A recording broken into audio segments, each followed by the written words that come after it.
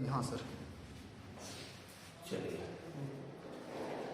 सभी विद्यार्थी ज्ञानोदय उच्चतर माध्यमिक विद्यालय के आज ऑनलाइन कक्षाओं में आप सबका स्वागत है।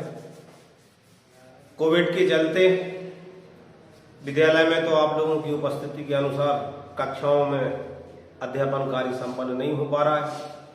वस्तुतः ऑनलाइन जो व्यवस्था आपको दी जा रही है, जिसमें समस्त कक्षाओं के समस्त विद्यार्थियों को उनके विषय शिक्षकों के द्वारा अलग अलग विषय के हिसाब से अध्यापन कराकर आप तक पहुंचाया जाएगा, जिसमें आपकी जिम्मेदारी बनती है कि जो शिक्षक आपको जो भी विषय से संबंधित जानकारियां दे रहे हैं, आप उनका कुशलतापूर्वक अध्ययन अध्यापन का कार्य घर पर करें और कोविड की इस विषम परिस्थिति में अपनी किसी भी प्रकार से शैक्षणिक व्यवस्था को न रोकें, शिक्षा को अनवरत चलने दें, ऐसा हम सब अपेक्षा रखते हैं आपसे।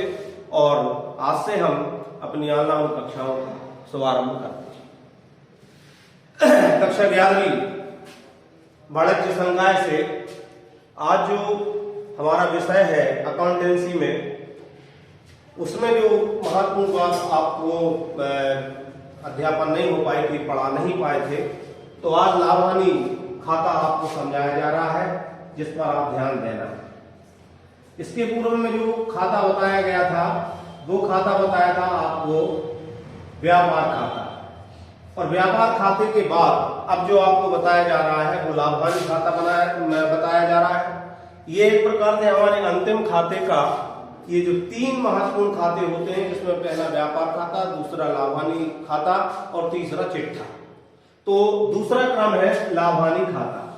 इस लाभ-हानि खाते की सबसे महत्वपूर्ण विशेषता ये होती है कि इसमें सकल लाभ को या सकल हानि को सम्मिलित किया जाता है, और इसमें प्रत्यक्ष जो अप्रत्यक्ष जो आय होती है और अप्रत्यक्ष व्यय होते हैं, इनको शामिल करके जो अंतर की राशि निकाली जाती है वो शुद्ध लाभ या शुद्ध हानि के रूप में निकाली जाती है। तो लाभ-हानि खाता बनाने के पहले कुछ और महत्वपूर्ण बातों पर मैं प्रकाश डालना चाहता हूं, जिसको ध्यानपूर्वक देखें। सबसे पहले अप्रत्यक्ष व्यय क्या होते हैं, इसको इनडायरेक्ट एक्सपेंसेस बोलते हैं।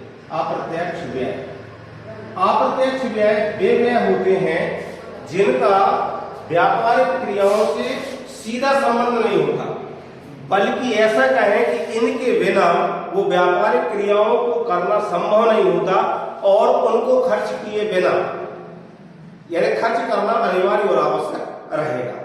तो ऐसे व्यय जो होंगे अप्रत्यक्ष व्यय कहलाते हैं।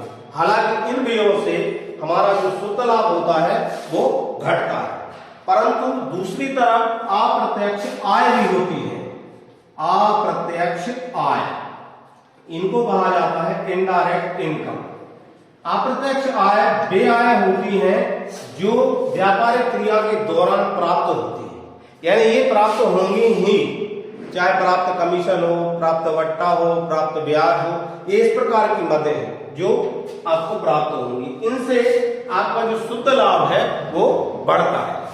तो ध्यान रखने योग्य बात यह है कि अप्रत्यक्ष व्यय और अप्रत्यक्ष आय ही लाभ-हानि खाते में सम्मिलित होते हैं। इसके पूर्व व्यापार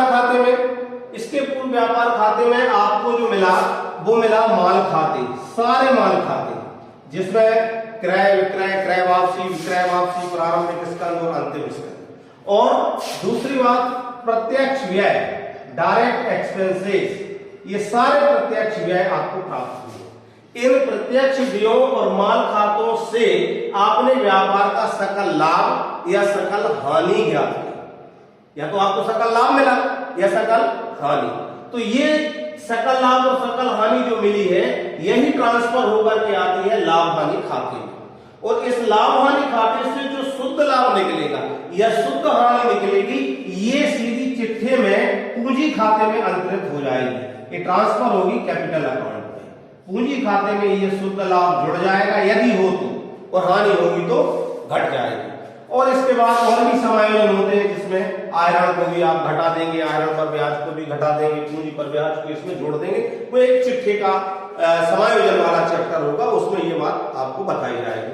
वस्तुतः पहले आप इतनी बात पर ध्यान करें, इस बात का फोकस करें बार बार कि इसमें अप्रत्यक्ष व्यय और अप्रत्यक्ष आयों को सम्मिलित करना है। ठीक है, इसके बाद हम आपको वो इसका नमूना बताते हैं कैसे गणित करना है, इसको सॉल्व